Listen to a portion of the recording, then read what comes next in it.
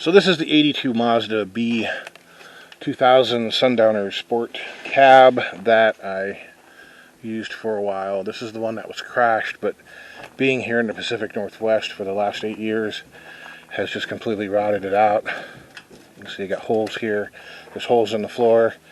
The bigger problem with it though is right here. It got hit right in through here. So all the damage was here. This was all bondoed out. I chiseled out all their bondo and tried to redo it, straightened everything out a little bit better first, but it's still, the metal is so fatigued. You can see where it's cracking out and separating here. Along this edge here, this pinch weld is just completely history, and it's actually pushed in. That's the only way you could get the door to close. One of the reasons why the door didn't want to close. Here you see more damage. Of course, the rot from being here was so damp. You can see this damage here to the gutter. There's all this filler that was in here, and more damage through here. This is right where it got hit. You see all these welds have been pulled. Here, the floor is actually buckled. You see the opening in here is all buckled. I mean, hell, this opening's not even square anymore like it's supposed to be. You see that big wrinkle right there. All this damage. They also somehow, I can't hardly see it, but they cut that whole area open there so they could pound this corner out. And they did a terrible job. Yeah, you can't actually see anything.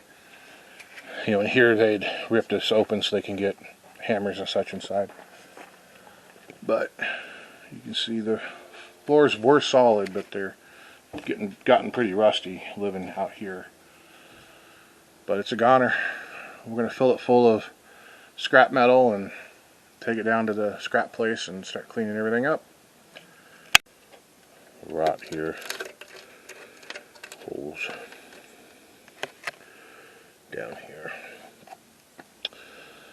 It is stuffed full of smallish things. I've got a set of brake drums from Grandpa's C10.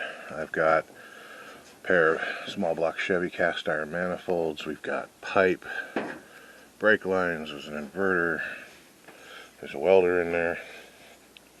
There's a Mazda 2.0 block and, well, Mazda 2.0 engine actually. It's all junk. Junk. It's all heavy junk. I have got about an inch or so clearance right now, so it's probably sitting almost on the bump stops. And I don't have any air in the air shock, so that's part of the problem. Yeah, some of this stuff, this hood here and that stove, some other crap that belongs actually to the neighbor, but I told her I'd take it down for her. She doesn't really have the means to do it. There's some more of the damage there. Yep. So we're gonna strap this on down when Luke gets done with his distance learning, and we'll take her on down. It's probably not worth much, but I'm gonna guess probably 1,200 to 1,500 pounds. It's definitely not the heaviest thing I've had on her. So we got a bunch of seats here. I got a Jeep 4.2 block and head, the neighbor's stove. I got the C-channel steel that I'm going to keep actually. I got to make ramps for my trailer. Got an old Volvo hood, wheelbadoo. Hopefully they'll take those seats. Our old barbecue finally rotted out. So a chunk of the roof section I used to make the headliner. We got my Wagoneer door. I had changed. This is this awesome Mako paint job. Peeling off here. I had to change it because of the rust, which is weird because this is the only body panel that's got rust on it.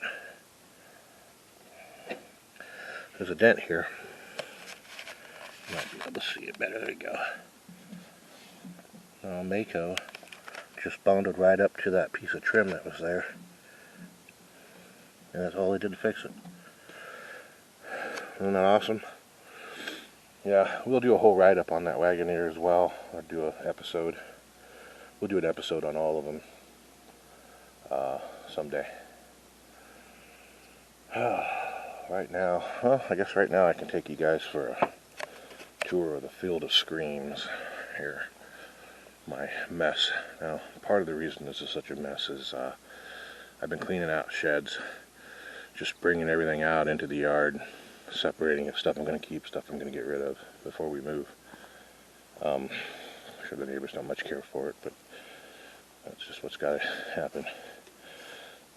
I decided not to mow anymore because there's a mama doe and a fawn living, actually, out behind Grandpa's C10.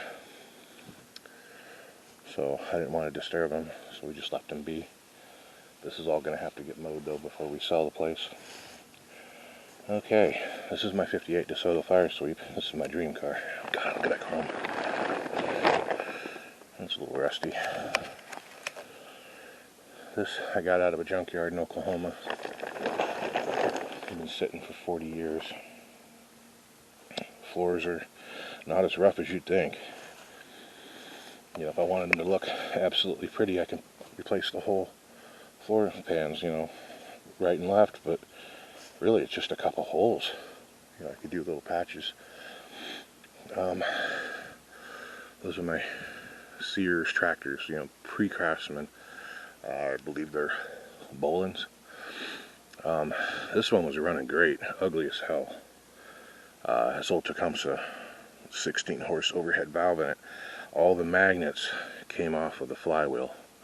Quit running. I could fix it pretty easily. But that one is in better shape. It's got an Onan twin cylinder on it. That's pretty well how I got it. No wheels, no tires. So all that stuff's going to come off of this one and go on that one. I've got a snow blade, I've got the jack shaft, I've got the 3-point, and over there somewhere is the tiller. All that's going with me. I'll probably strip the red one down and haul it off to the scrap as well. Some more C-channel slop sink that's going with us.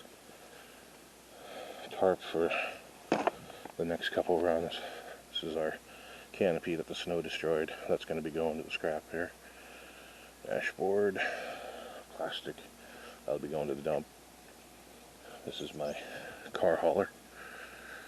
I put a brand new wood deck on this when we left Oklahoma and everything was great. I had to leave it out there because I didn't have enough vehicle to pull it. 3 years it was perfect, and I brought it here and all this wood started buckling. I guess it just swelled up so much I had nowhere to go. I need to take one of the boards out basically and go through the bearings. 3 of the tires, one of the tires was fairly new, the other 3 are old. I need to get new tires on it, clean it all up. So Grandpa's C10 is probably the only Chevy I'll ever own. It's been a pretty good truck. It's got 800,000 miles on it. I'll probably do an episode here, a cold start. I haven't run this since December, I think, so it's been pretty close to a year, but it ought to start right up. And if you look here, you see where the grass is all pushed down here and there and back here. This is where the deer has been sleeping. There's like a little burrow over there. There's a spot right there. I walked out here one morning, came face to face with the doe about 5 feet in front of her. She just kind of looked at me and I just kind of looked at her and said, "Hi, doe." And she just kind of moseyed on over. Walked, you know, she wasn't scared at all. Don't see any wasps. Good.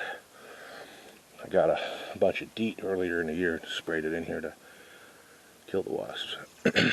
So Grandpa's truck There's a handful of stuff I got to do to this. I need to get a smaller steering wheel, or one that has less dish, because I'm a fatty, but even when I was skinny, it was still up against my belly. This seat is out of a square body. I picked this up out of the junkyard for 50 bucks. I mean, nice.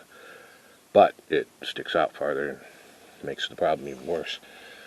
I need to just get a flat steering wheel for it and go ahead. I got a Grant adapter if I find like a Challenger wheel or something, Grant Challenger wheel.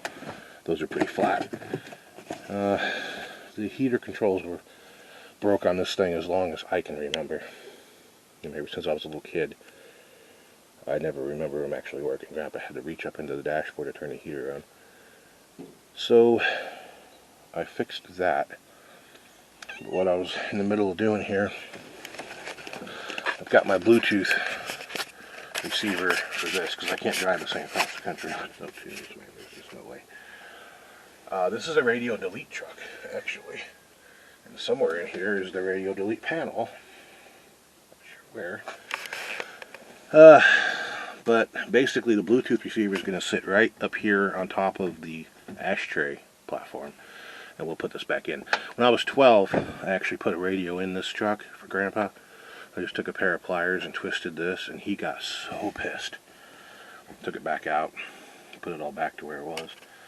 I guess I don't blame him now, but I was just a kid, I didn't know. I mean, you can see the paint just worn. That parking brake handle was shiny metal for as long as I can remember. And of course, Grandpa's been gone. He hasn't been driving this thing. And now it's just rust and mold. Thank you, Washington. I mean, look at that. The pedals are worn. The metal part of the pedals are worn. The gas pedals are worn smooth. I mean, half of this knob here's worn. And Grandpa drove the hell out of this truck. I mean, minimum 100 miles a day, 6 days a week. 7 a lot of the times. This truck, he ordered this truck. You know what? I'm going to save this for another episode. Redundancy gets kind of boring after a while, I think. Let's see. Bear with me here. Okay. Yeah, I don't know what I did with that panel. Huh. That's worried me a little bit. Those things are rare. There's my bearing packer. I don't know. It's probably under the seat. But yeah, I gotta put that Bluetooth receiver in. I gotta put the speakers up there in the grill. So you'll see the little screws sticking up there. That's about the only part you'll see. I've got some black fabric hiding them. You won't see any of it besides that. But yeah, we'll do a write-up on this. I did all new brakes on it, but I think that drum is either cracked or got a hard spot in it. It's weird. I run in trailer tires on this bad boy. The only thing I can see is that the speed rating is a lot lower, which this thing's not going to go over 65, 70 ever. And the tread pattern, still better than what came on the truck when it was new, so I don't see any reason not to run them. And this is the Wagoneer 82. I actually found some early taillights. And then these round reverse lights are things we sell at work. Kind of gives it more of the military-esque look. This is some of that maple paint job I was talking about. It just peels off. Every time I wash it, another sheet comes off. And look at this. It just comes right off. Factory wheels. It had a roof rack on it, but it wasn't put on very well. I don't even know if it was factory, but I got rid of it. I still yet to put the new tires and clean those wheels up. I'll do a write-up on this one as well. Got to get the doors, everything greased, plastic on the inside of the doors, and then put the panels back on. So I need a steering wheel like that in Grandpa's truck. As a matter of fact, that's how I drove it when I towed this down to put the cam in it. This is a seat out of an Econoline, the rear seat out of an Econoline. This one's got a Bluetooth thing in it as well. It's a different one. And again, I'll do a write-up on that. I want to do the Rhino grill conversion because I hated the pig nose, but I'm not spending $400 on a Rhino grill. But I did have a Winnebago grill, so I made one. I don't much care for it, but it's better than what I had. Still have the aluminum bumper, but I have the 3-piece bumpers over by the house. I need to break them loose and paint them before I put them on. Riding a lot more with flat tires, all that was really wrong with it. Other than it's just completely worn out. Let's see. I just picked this thing up from a friend of mine. I'm going to put those tractors in it and put that camper shell or canopy or whatever the hell you want to call it on top of it, and it's just basically going to be storage. It's rotten. Piece of plywood will take care of that, but you know, it's just for hauling stuff out there and then we'll forget about it. This was originally a teardrop trailer camper, and somebody at some point made it into a kind of a utility / camper trailer. It's got the poles still for the tent, but I'll someday probably redo it all. It's a 46, I think. We're going to stuff all my engines and transmissions and stuff in it and call it good. I got to go through the bearings, put tires on it. Holmes wrecker. This thing is rough, but awesome. Picked this up in a trade. My genuine Holmes bumper. Still says Ernest Holmes right there. This is a Holmes 480 split boom. And apparently, this is not factory. They have an open skeleton, which I frankly like the look of it better, but they said, a lot of people are telling me that somebody built this covers for it. And I don't know, I mean, it looks factory to me, but at the same time, it looks cool. So I might just leave them. Got some rust blistering up over there, some welds that are cracked, but I don't know. We'll see.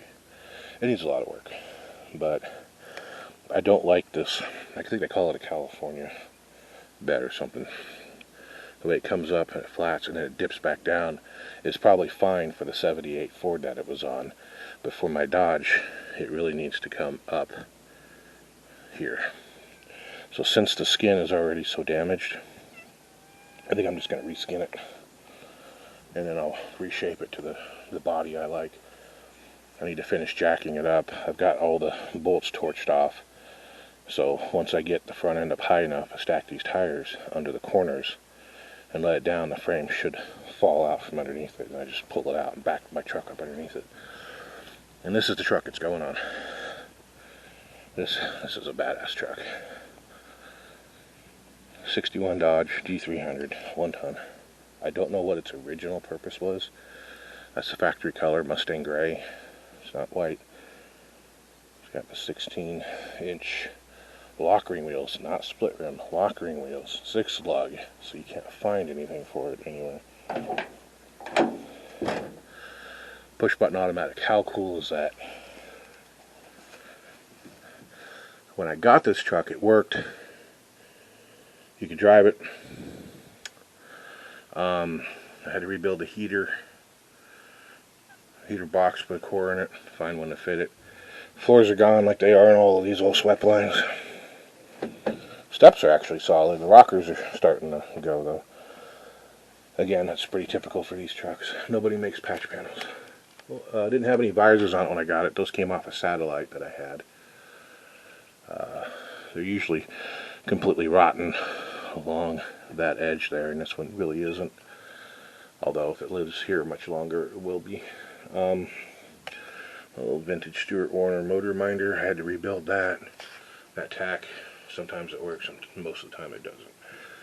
See, all this is just getting rusty sitting here, which is weird because this truck's from the beach area, and it wasn't anywhere near as rusty when I got it. See, this is one of the bad spots here. Hey cat, you can't go in there. Come.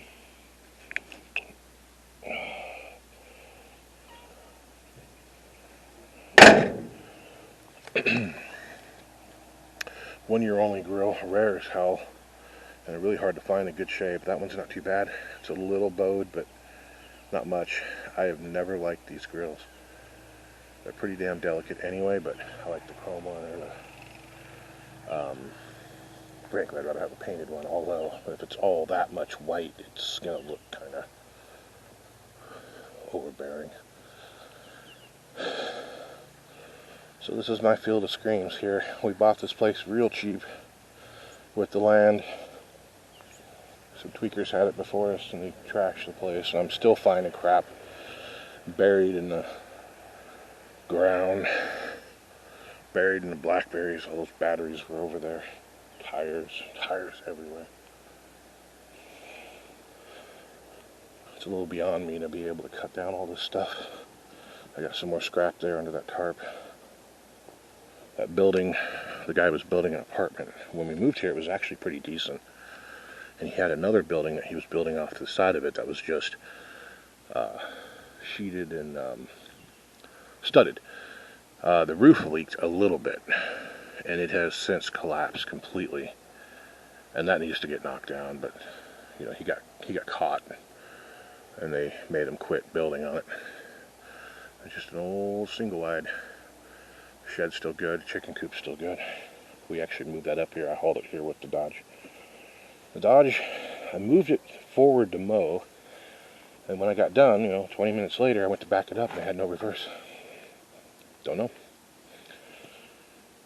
Okay, I need to finish chopping this up so I can get it on the next load. This front clip's going to my buddy. This tractor's going to scrap. Truck bed trailer's full of engines and transmissions. That's gonna go. This one's gonna go on that courier trailer after I get the tractors put on it so I can haul it.